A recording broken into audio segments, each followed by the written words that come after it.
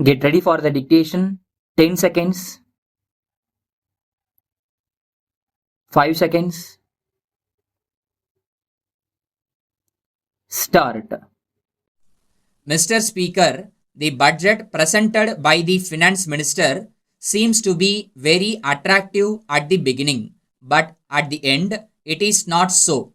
At the outset, I would like to say that it has become a practice for the government to come forward with proposals for new taxation every year.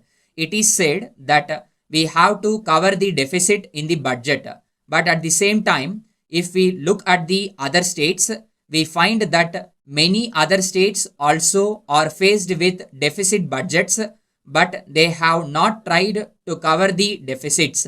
I do not see any reason why only in our state we should try to cover the deficit in the budget. Apart from that, we find that we have spent a lot of money in the past on planning, and we are told that most of these schemes have been completed or are nearing completion. But it should be borne in mind that these schemes were started much earlier than the first 5-year plan. At the same time, I am very glad that several crores of rupees are being spent for the purpose of community development projects. In this connection, I would like to point out that we have to find out whether the development is regular and whether the benefit has gone to the common man. In my opinion, in the nature of things, it cannot be regular and it cannot go to all people. There is no doubt that the success or failure of these schemes requires the cooperation of the masses, but the majority of our people are poor. It is said that if these schemes are to be successful, the people have to give not only labor but also money for these schemes. But our people are very poor, so I do not know how we can expect them to give money for carrying out these schemes. I would submit that when the government take up these schemes, block contribution should be made to the districts and it should be equal to all districts. Then only we will have regular development throughout the state. Then we are able to see that we have now a huge debt to be repaid. I do not know how we are going to repay these loans. I do not know what resources we have for this purpose.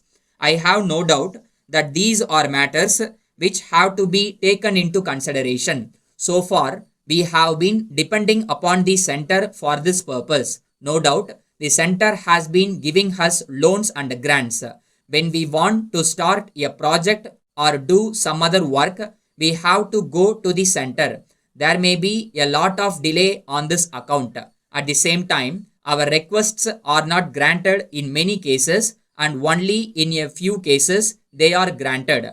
Then I am glad to note that the schemes to exploit lignite at Neyveli will be a success. I am sure that most of the debts that we have incurred can be repaid only if we take greater interest in the project. It is said that we require about 60 crores of rupees for this scheme and that the center will help us by giving that amount. But the center will take away 3/4 of the net profits and leave us only the balance. I think it should be the other way about.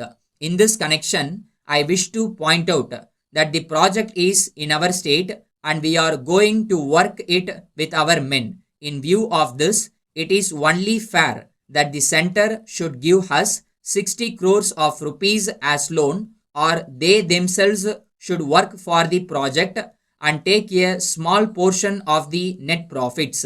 It will be in the interest of this state if our finance minister is able to get a larger share of the net profits from the center.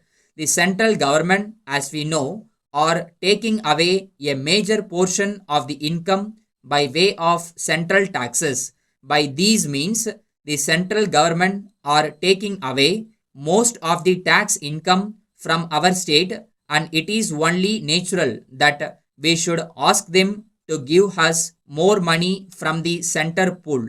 As regards education, I am glad that the education minister has come forward to start a school in all villages with a population of 500 and above.